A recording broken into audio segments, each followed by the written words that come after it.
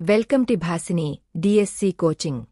Mega DSC అన్నదాత సుఖీభవపై CM Chandrababu అసెంబ్లీలో కీలక ప్రకటన చేశారు.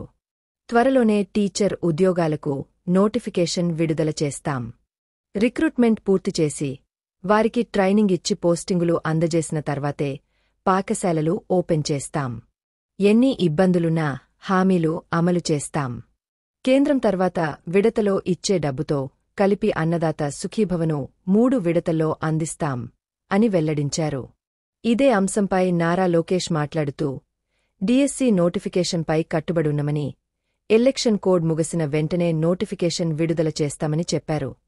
ఎమ్మెల్సీలు ఇదే విషయంపై నాతో చర్చించారని, వారి సూచనల మేరకు నిర్ణయాలు చేస్తానని చెప్పారు.